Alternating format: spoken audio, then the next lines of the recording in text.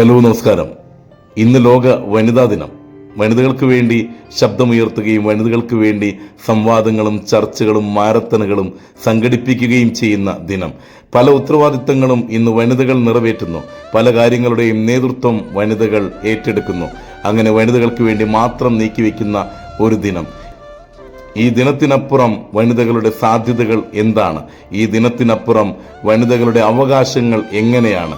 ആ ഒരു തിരിച്ചറിവും അവകാശങ്ങൾക്ക് വേണ്ടിയിട്ടുള്ള ഒരു പോരാട്ടവും ഉണ്ടായെങ്കിൽ മാത്രമേ ഈ ദിനത്തിൻ്റെ പ്രാധാന്യം എന്നും നിലനിൽക്കുകയുള്ളൂ.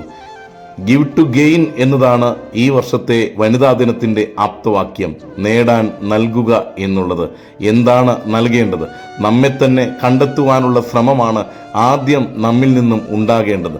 നമ്മുടെ സാധ്യതകൾ, നമ്മുടെ മികവുകൾ, നമ്മിൽ ഒളിഞ്ഞിരിക്കുന്ന സർഗാത്മകതകൾ ഇതൊക്കെ കണ്ടെത്തി വളർത്തുവാനുള്ള സാഹചര്യം സൃഷ്ടിക്കേണ്ടിയിരിക്കുന്നു. ഓരോ സ്ത്രീക്കും വളരുവാനുള്ള സാധ്യതകൾ തെളിയേണ്ടിയിരിക്കുന്നു.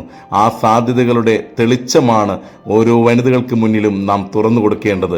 ആ വഴിയിലൂടെ സഞ്ചരിക്കുമ്പോൾ ഉള്ളിലെ യഥാർത്ഥ കഴിവിനെ അതിൻ്റെ പൂർണ്ണതയിലേക്ക് എത്തിക്കുവാൻ സാധിക്കും. അതെ, ദിനത്തിൽ മാത്രം ഒതുങ്ങി നിൽക്കേണ്ടതല്ല ഈ വനിതാ ദിനം എന്നുള്ളത്. നമ്മുടെ ജീവിതത്തിൽ കൃത്യമായ സ്വാധീനം ചെലുത്തിയിട്ടുള്ള ഒരുപാട് വനിതകളുണ്ടാകാം. അവരെ ഒന്ന് വിളിക്കുവാനും അവരോടൊന്ന് സംസാരിക്കുവാനും അവർ നൽകിയ പ്രചോദനത്തിന് നന്ദി പറയാൻ കൂടിയുള്ള ഒരു ദിനമായി മാറട്ടെ ഈ ദിനം. ഓരോ മനുഷ്യൻ്റെയും ജീവിതത്തിൽ കൃത്യമായി സ്വാധീനം ചെലുത്തുവാനായിട്ട് ചില വനിതകൾക്ക് സാധിക്കും. അമ്മ, അധ്യാപകർ, അങ്ങനെ എത്രയോ പേർ.